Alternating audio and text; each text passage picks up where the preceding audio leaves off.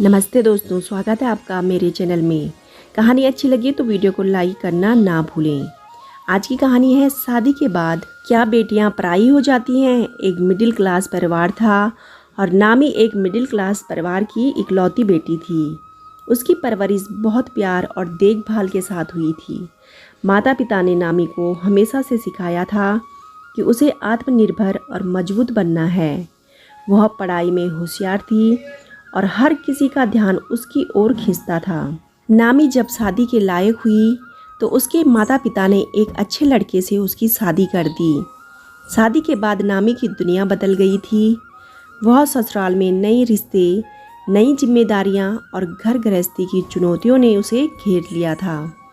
शादी के बाद उसके माता पिता को लगा कि अब नामी उनके लिए पराई हो गई है। जब भी वे फ़ोन करते तो नामी हमेशा व्यस्त होती थी और मिलना भी बहुत कम हो पाता था। एक दिन उसकी माँ ने उसे फ़ोन किया और कहा, बेटी तुम अब बहुत बदल गई हो। पहले तुम हमसे हर छोटी बड़ी बात करती थी, लेकिन अब लगता है जैसे तुम हमसे दूर हो गई हो।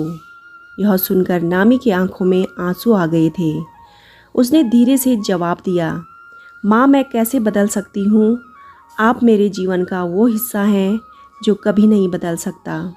ससुराल में अब मेरी नई जिम्मेदारियां हैं, लेकिन इसका मतलब ये नहीं है कि मैं आपको भूल गई हूँ। आप तो हमेशा मेरे दिल के करीब हो। उसने अपनी माँ को बताया कि शादी के बाद उसे नए रिश्तों को निभाने का प्रयास करना पड़ता है, लेकिन इसका मतलब यह नहीं है कि वह अपने मायके को भूल गई है। वह हर पल अपने माता पिता के साथ जुड़ी रहती है, भले ही दूरी या जिम्मेदारियां उसे रोकती हों।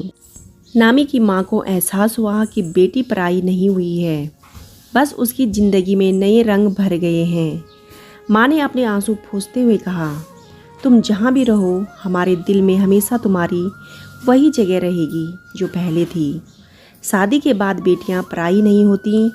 उनके दिल में अपने माता पिता के लिए वही प्यार और सम्मान बना रहता है।